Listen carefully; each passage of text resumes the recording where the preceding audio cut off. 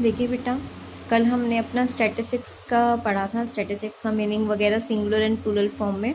आज हमारा next topic है स्कोप ऑफ स्टैटिस्टिक्स। इसमें हमें 3 चीज़ें कवर करनी है। एक तो स्टैटिस्टिक्स के नेचर के बारे में जानना है, क्या क्या सब्जेक्ट मैटर इसमें डिस्कस होते हैं, और लिमिटेशंस, क्या क्या लिमिट है, यानी कि कितनी लिमिट में रह के ये चीज़ काम करती है। तो देखिए, सबसे पहले आपका क्या है, नेचर ऑफ स्टैटिस्टिक्स। कह रहे हैं here the basic question is, क्या स्टैटिस्टिक्स को हम एक साइंस माने या आर्ट माने। कुछ लोग कहते हैं ये साइंस भी है, कुछ लोग कहते हैं ये आर्ट भी है, और कुछ लोग कहते हैं ये दोनों है। एज ए साइंस, साइंस में क्या होता है, साइंस में आपके फॉर्मूले यूज होते हैं, टेक्निक्स यूज होती हैं, एक्सपेरिमेंट्स होते हैं। इसी तरह स्टैटिस्टिक्स में न्यूमेरिकल डाटा साइंटिफिक वे में कलेक्ट होता है। और आर्ट में क्या होता है, हम अपने दिमाग का यूज करके, क्रिएटिविटी का यूज करके चीज़ों को क्रिएट करते हैं। तो यहाँ स्टैटिस्टिक्स में भी क्या होता है, हम रियल लाइफ की प्रॉब्लम को क्वांटिटेटिव डाटा के थ्रू सॉल्व करने की कोशिश करते हैं। हम उसको एनालाइज करते हैं, उसको रियल लाइफ प्रॉब्लम को और ठीक करके उसको बेटर बनाते हैं, सॉल्व करते हैं। तो इंडिया में ये बहुत ज़्यादा सिग्निफिकेंट है। अब चाहे एम्प्लॉयमेंट, अनएम्प्लॉयमेंट का साइज हो या कुछ भी हो, वो सब हम स्टैटिस्टिक्स के थ्रू स्टडी कर सकते हैं। तो इसका नेचर अगर आपसे पूछा जाए तो यहाँ से क्वेश्चन बनता है, statistics is both science and art, are you agree with statement. Yes, तब आपको ये चीज़ एक्सप्लेन करनी होगी जब आपसे ये स्टेटमेंट पूछी जाएगी। दूसरा है सब्जेक्ट मैटर। सब्जेक्ट मैटर में कहते हैं स्टैटिस्टिक्स के 2 कंपोनेंट होते हैं, डिस्क्रिप्टिव और इन्फ्रेंशनल। डिस्क्रिप्टिव का मतलब है इसमें वो मेथड यूज होते हैं जो कलेक्शन, प्रेजेंटेशन और एनालाइज करने में हेल्प करते हैं। ये मेथड हमारे मेजरमेंट ऑफ सेंट्रल टेंडेंसी भी होती हैं, मीन, मॉड, मीडियन, डिस्पर्जन भी आता है, मीन डेविएशन और standard deviation.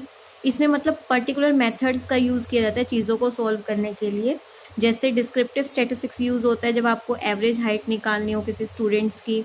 Descriptive statistics use होता है आपको मार्क्स, साइंस और मैथ के मार्क्स का पूरा जानना है, दोनों आपस में कैसे रिलेट करते हैं। दूसरा इन्होंने क्या कहा, स्टैटिस्टिक्स क्या है, एक इन्फ्रेंशनल स्टैटिस्टिक्स है। इन्फ्रेंशनल का मतलब refers to all such methods by which conclusions are derived on the universe on the basis of given sample. इसमें तो हमने हर चीज़ को इंक्लूड करके फॉर्मूला लगाया। इन्फ्रेंशियल में क्या होता है, हम कंक्लूजन निकाल लेते हैं पूरी पॉपुलेशन का कुछ सैंपल के बेसिस पे। पूरी पॉपुलेशन का हम निकाल रहे हैं कुछ सैंपल के बेसिस पे। अगर आपकी क्लास टीचर एस्टिमेट करती है कि पूरी क्लास का जो एवरेज वेट है on the basis of average weight of sample, कुछ बच्चों का वेट लिया उन्होंने 5-10 बच्चों का, उसके हिसाब से अंदाज़ा लगा लिया कि हाँ इस क्लास के बच्चों का ऑलमोस्ट वेट आपको इतना ही मिलेगा। तो कंसेप्ट ऑफ यूनिवर्स या पॉपुलेशन का मतलब क्या है, इट शुड बी इंटरेस्टिंग होना चाहिए आपके ये जानने के लिए। ये क्या है, aggregate of all the units, जितनी भी यहाँ पे जो स्टैटिस्टिक्स में हम पॉपुलेशन या यूनिवर्स वर्ड यूज करेंगे, उसका मतलब है आप जिस पे डाटा की स्टडी कर रहे हो उसका टोटल। यूनिवर्स का मतलब टोटल। फिर limitations. In modern times statistics has emerged to be crucial significance in all walk of life. However, it is certain limitations. फिर भी इसकी कुछ limitations हैं। Statistics must be regarded as an instrument of research great value. Statistics हमें help करता है research करने में, बट कुछ इसकी बाधाएं भी हैं, नॉट पॉसिबल टू ओवरकम, जिसको हम लांघ नहीं सकते, कुछ सीमाएं हैं इसकी। ठीक है, लिमिटेशंस का मतलब कमियां नहीं है, एक सीमा है कि किस सीमा में रह के ये अपना लिमिट में रह के काम करता है। इन्होंने कहा ये सिर्फ न्यूमेरिकल डाटा को स्टडी करता है, ये सिर्फ उसी डाटा को लेगा स्टैटिस्टिक्स जो हमारा किस फॉर्म में होगा, नंबर्स की फॉर्म में होगा। Honesty, friendship, wisdom, health, patriotism, justice, इन चीज़ों का कोई भी स्टैटिस्टिक्स में लेना देना नहीं है। स्टडी ऑफ एग्रीगेट्स ओनली, ये हमारा पीछे भी आया था कि स्टैटिस्टिक्स में हम क्या करते हैं, सिर्फ और सिर्फ टोटल डाटा को लेके ही कर सकते हैं। एग्रीगेट डाटा को, इंडिविजुअल किसी एक बच्चे के रिजल्ट को मैं कुछ नहीं करूंगी। अगर मुझे जानना है तो मैं पूरी क्लास के रिजल्ट की बात करूंगी। ठीक है, स्टैटिस्टिक्स में भी fact that your class teacher की सैलरी पर मंथ कितनी है, 50,000, बट ये एक इंडिविजुअल कंसेप्ट है जिसका मुझे कुछ भी नहीं लेना देना। बट हाँ, अगर मुझे ये बताया जाएगा कि यहाँ पे स्कूल टीचर्स की एवरेज सैलरी ये है, तो मैं एस्टिमेट लगा सकती हूँ कि ये स्कूल अगर कोई नया टीचर ज्वाइन करना चाहे तो कितनी सैलरी अप्रॉक्स दे सकते हैं।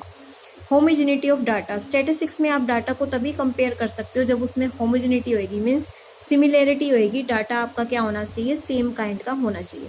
Data of diverse quality and kind can not be compare. अगर अलग क्वालिटी का होगा तो हम उसको कंपेयर नहीं कर पाएंगे, तो हम इसको कंपेयर करें तो वो सेम होना चाहिए। जिस तरह आप फूड के रैंकिंग प्रोडक्शन को आप क्लोथ की प्रोडक्शन से कंपेयर नहीं कर सकते, क्योंकि क्लोथ मीटर में होता है और फूड ग्रेन टन में होता है। तो कंपेयर करने के लिए स्टैटिस्टिक्स में क्या होना चाहिए, डाटा होमोजेनियस होना चाहिए, यानी कि सिमिलर होना चाहिए। Next, results are true only on an average. कह रहे हैं मोस्ट स्टेटिस्टिकल फाइंडिंग, इसमें क्या होता है, रिजल्ट एवरेज पे ही ट्रू होता है। The express only broad tendency, इसमें आपको कहा गया law of natural science observation are not error free, गलतियां तो सब जगह हैं। आर नॉट वैलिड, कुछ कंडीशन में वो वैलिड भी नहीं है। If it is said that कि पर कैपिटा इनकम कितनी है 50,000, इसका मतलब ये नहीं है कि हर इंसान की इनकम 50,000 है। एक एवरेज का मतलब ये नहीं होता कि सबकी इनकम ही उतनी है। विदाउट रेफरेंस रिजल्ट में बी प्रूव रॉन्ग, आप कोई भी स्टैटिस्टिक्स कर रहे हो तो उसमें आपको रेफरेंस लेना जरूरी है, वरना किसी सर्कमस्टांसेस में आप क्या देख सकते हैं कि आपका रिजल्ट गलत भी हो सकता है। जैसे इसका एग्जांपल देखिए, एक फर्म है, उसके प्रॉफिट हैं 1 लाख, 2 लाख, 3 लाख 3 सालों के। दूसरी फर्म है, उसका प्रॉफिट है 3 लाख, 2 लाख, 1 लाख। अगर मैं इसका एवरेज निकालूं 3, 1 + 2 3 3 6 बाय में 3, 6 लाख बाय में 3, तो इसका 2 लाख आ गया।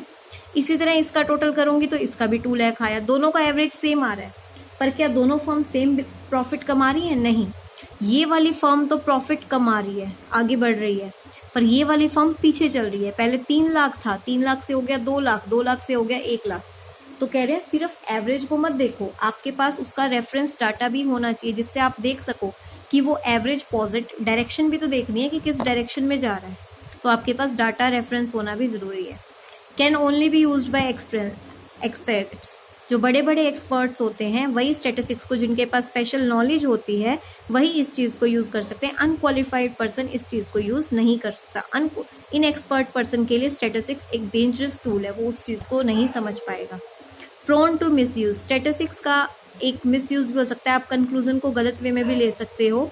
अगर मानो आपके पास एक स्टेटमेंट आती है, statistics are like clay by which you can make a god और एविल एज यू प्लीज, जैसे आप चाहो वैसे ही आप उसको बना सकते हो। तो आप उसमें क्या आंसर देंगे, प्रोन टू मिसयूज, कि उसका गलत यूज भी हो सकता है। ठीक है, इसका लास्ट टॉपिक है functions and importance of statistics, जो हम कल स्टडी करेंगे, और फिर हमारा फर्स्ट चैप्टर क्या हो जाएगा, कंप्लीट हो जाएगा। उसके बाद हम डिस्कस करेंगे एक दिन इसके ये पूरी एक्सरसाइज। ठीक है, थैंक यू।